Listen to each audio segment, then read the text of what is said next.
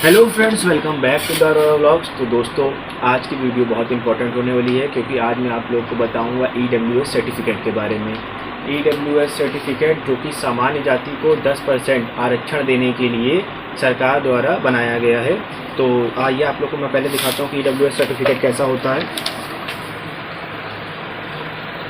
यहाँ पे देखिए, आप लोग देख सकते हैं ये हिंदी का EWS सर्टिफिकेट बना हुआ है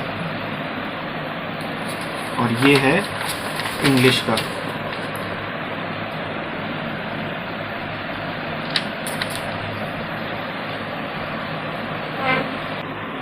तो फ्रेंड्स, जैसा कि मैंने आप लोग को बताया EWS सर्टिफिकेट के बारे में, तो इसमें हर स्टेट की गवर्नमेंट का ये अलग अलग होता है। जैसे कि मैं प्रयागराज से बिलोंग करता हूँ, तो प्रयागराज में आप लोग ये जा कर के कचहरी से किसी भी अच्छे वकील को आप बोल देंगे कि हमें EWS सर्टिफिकेट बनवाना है, तो मैंने तो ये सर्टिफिकेट मात्र 550 रुपये में बनवाया है। और अलग अलग जगह 100-200 रुपये का, 150 रुपये का, 50 रुपये का यही अंतर मिलेगा, कोई बहुत ज़्यादा नहीं। मैक्सिमम 800 रुपये तक का EWS सर्टिफिकेट यहाँ पे बन रहा है प्रयागराज में।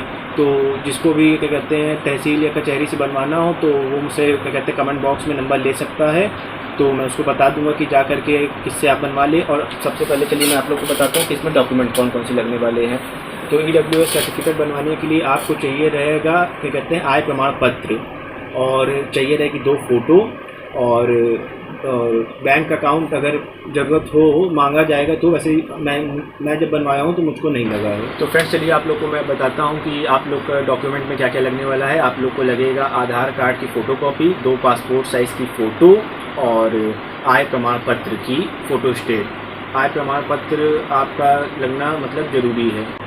तो फ्रेंड्स, चलिए अब आप लोग को मैं बताता हूँ कि इसका एलिजिबिलिटी क्राइटेरिया क्या क्या है, मतलब कि कौन कौन लोग इसको बनवा सकते हैं। तो सबसे पहले आप लोग को मैं बता दूँ, जिसकी भी क्या कहते हैं इनकम है, पूरे परिवार की आपकी इनकम जो है 8 लाख रुपए से कम होनी चाहिए। पूरे परिवार में इन द सेंस आपके पिताजी की, आपकी माता की, घर परिवार में जो भी कमाने वाला उसकी और आपकी, सबकी मिला करके इनकम 8 लाख रुपए से नीचे होनी चाहिए।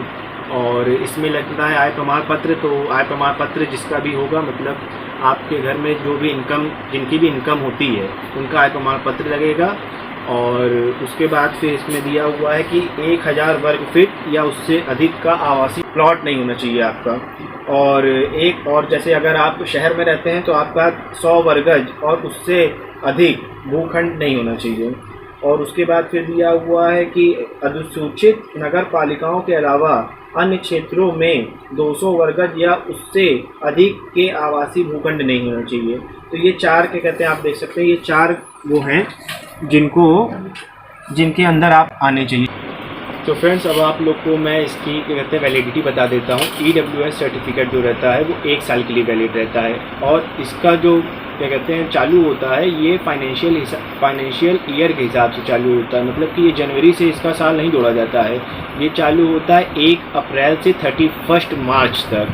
तो हम लोगों ने जो सर्टिफिकेट बनवाया हुआ है ये चालू हुआ है, ये वैलिड है 1 साल के लिए, जो कि क्या कहते हैं 1 अप्रैल 2023 से 31 मार्च 2024 तक के लिए ही वैलिड रहेगा। तो दोस्तों, अब मैं आपको EWS के फ़ायदे बता देता हूँ। तो जो भी मेरा दोस्त क्या कहते हैं ये वीडियो देख रहा होगा, वो सोच रहा होगा कि EWS बनवाने का क्या फ़ायदा है, मतलब हम लोग क्यों बनवाएं। तो मैं आप लोग को बता दूँ, उसका बहुत फ़ायदा होता है। मेरिट बहुत कम जाती है, बहुत कम, मतलब ST SC के बराबर कभी कभी इसकी मेरिट चली जाती है। अभी लास्ट ईयर ही स्टेनो की मेरिट 83 गई, सेकेंड लास्ट ईयर 83 गई थी। और इस टाइम क्या कहते हैं लास्ट ईयर, मतलब जो ईयर चल रहा है इस टाइम पे इसकी मेरिट 90 गई है EWS की, और जबकि जनरल की मेरिट 130 के लगभग गई हुई है। और भी ऐसे पेपरों में EWS को बहुत सी छूट मिलती है, जिसके चलते आप लोग ये EWS सर्टिफिकेट बनवा सकते हैं। तो फ्रेंड्स, अब आप लोग का मतलब दिमाग में आप लोग के डाउट आ रहा होगा कि ये हिंदी सर्टिफिकेट हो गया और ये इंग्लिश सर्टिफिकेट हो गया, दोनों अलग अलग क्यों है। तो दोस्तों, आप लोग का मैं डाउट क्लियर कर देता हूँ। ये 2 सर्टिफिकेट इसलिए क्योंकि जो साउथ के स्टेट होते हैं, जैसे केरला हो गया, कर्नाटक हो गया, वहाँ पे जो क्या कहते हैं चेकिंग करने वाले होते हैं, जब EWS सर्टिफिकेट का वेरिफिकेशन होता है, DV में आप लोग को बुलाया जाता है, तो वहाँ से बहुत से लोग ऐसे होते हैं जिनको सिर्फ इंग्लिश आती, हिंदी नहीं आती है। तो फिर वो लोग क्या कहते हैं इंग्लिश वाला EWS मांगते हैं। तो इसलिए इंग्लिश वाला AWS भी हम लोग बनवाए हुए हैं। और इंग्लिश वाले से AWS के लिए आप लोग जो मतलब जो नोटिफिकेशन आती है, जैसे कोई भी वैकेंसी आई, मैं SSC स्टेनो की बात कर लेता हूँ, तो स्टेनो में जो वैकेंसी आती है तो उसमें EWS का प्रोफार्मा दिया होता है कि उनको किस हिसाब से चाहिए। हर वैकेंसी की नोटिफिकेशन में जो जो डॉक्यूमेंट्स वो लोग मांगते हैं उसका प्रोफार्मा दिया होता है। तो ये प्रोफार्मा आप देख सकते हैं, ये मैंने क्या कहते हैं SSC की नोटिफिकेशन से ही पेज नंबर 51 से निकाला हुआ है, और इस पर फिर लेखपाल और तहसीलदार सबकी मुहर वगैरह लगी हुई है। तो जो भी आपको मतलब जिस भी जॉब के लिए आप बनवाते हैं तो उसकी नोटिफिकेशन आप अच्छे से पढ़ के उसमें से देख करके उसका प्रोफार्मा निकलवा करके उसको ले जा करके तहसील में दे करके उसी पे ही आप अपना AWS बनवा सकते हैं।